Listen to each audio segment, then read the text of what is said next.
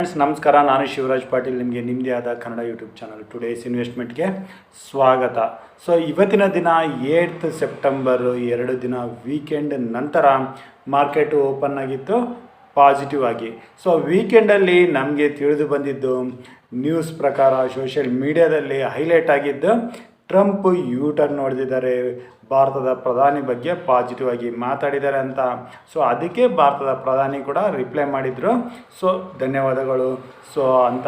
So ಇದು ಮಾರ್ಕೆಟ್ಗೆ ಸ್ವಲ್ಪ ಪಾಸಿಟಿವ್ ಆಗಿ ಕಾಣಿಸ್ತಾ ಇತ್ತು. ಆದರೆ ಇಲ್ಲಿ ಟ್ರಂಪ್ ಕಡೆಯಿಂದ ಆಗಲಿ ಅಥವಾ US ಗೌರ್ಮೆಂಟ್ ಕಡೆಯಿಂದನೇ ಆಗಲಿ, ಈಗ ಏನು ಭಾರತದ ಮೇಲೆ 50% ತಾರೀಫ್ನ ಹಾಕಿದ್ದಾರೆ, ಅದರಲ್ಲಿ ಯಾವುದೇ ಚೇಂಜಸ್ ಇಲ್ಲ, ಅದು ಮುಂದುವರಿತಾನೆ ಇತ್ತು. ಸೊ ಹಾಗಾಗಿ ಈ ನ್ಯೂಸ್ ಏನು ಬಂದಿತ್ತು, ಟ್ರಂಪ್ ಪಾಸಿಟಿವ್ ಆಗಿ ಮಾತಾಡಿರೋದು, ಸೊ ಅದರ ಇಂಪ್ಯಾಕ್ಟು ಅಷ್ಟು ಮಾರ್ಕೆಟಲ್ಲಿ ಕಾಣಿಸ್ಲಿಲ್ಲ. Starting of the day market ಮೇಲೆ ಹೋಗ್ತಾ ಇತ್ತು. ನಿಫ್ಟಿಗೆ ಮೇಯ್ನಾಗಿ ಪುಷ್ ಮಾಡಿದ್ದು ಅಂತಂದರೆ ಆಟೋ ಸೆಕ್ಟರ್ ಸ್ಟಾಕ್ಗಳು. ಆಟೋ ಸೆಕ್ಟರ್ ಇವತ್ತಿನ ದಿನ 3% ಮೂಮೆಂಟಮ್ ಕೊಟ್ಟಿತ್ತು.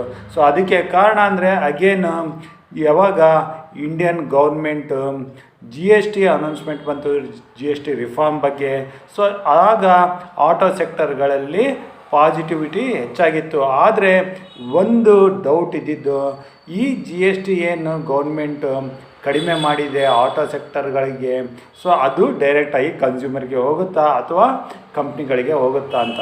ಸೊ ಅದಕ್ಕೆ ಕ್ಲಾರಿಫಿಕೇಷನ್ ಬಂತು. ಕಂಪ್ನಿಗಳು, ಮೋಸ್ಟ್ ಆಫ್ ದಿ ಆಟೋಸ್ ಕಂಪ್ನಿಗಳು ಪ್ರೈಸನ್ನು ಈಗ ಕಡಿಮೆ ಮಾಡಿದ್ದಾವೆ. ಸೊ ಅದು ಏನಂತಂದರೆ ಏನೆಲ್ಲ ಗೌರ್ಮೆಂಟು GST ಕಟ್ ಮಾಡ್ತಾ ಇದೆ ಅದು ಡೈರೆಕ್ಟಾಗಿ ಕಸ್ಟಮರ್ಗೆ ಹೋಗುತ್ತೆ ಅಂತ. ಸೊ ಅದಕ್ಕಾಗಿ ಆಟೋ ಸೆಕ್ಟರಲ್ಲಿ ಇವತ್ತಿನ ದಿನ 3% ಮೂಮೆಂಟಮ್ನ ನೋಡಿದ್ವಿ.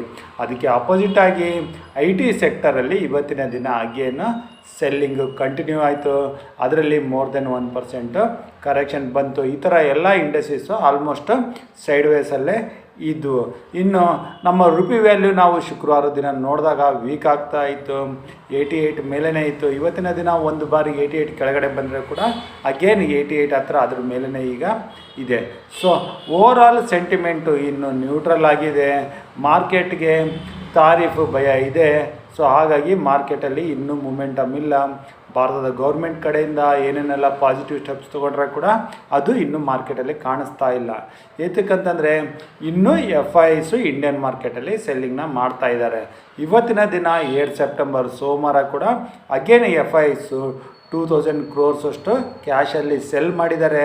ಸೊ ಅವರ ಸೆಲ್ಲಿಂಗು ನಿಲ್ಲಬೇಕಾಗತ್ತೆ.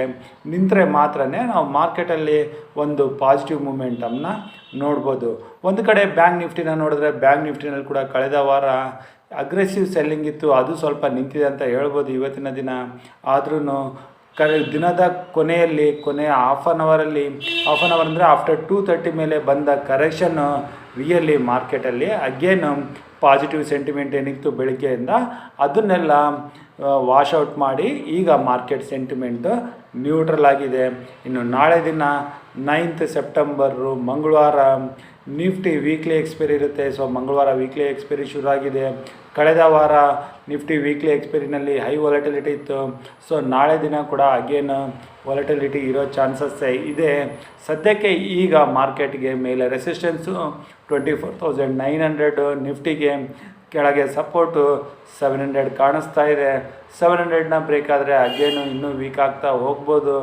ನೆಕ್ಸ್ಟು ಕೆಳಗಡೆ ಸಪೋರ್ಟು ಡೈರೆಕ್ಟಾಗಿ 24,450 ಹತ್ರ 500 ಹತ್ರ ಕಾಣಿಸುತ್ತೆ.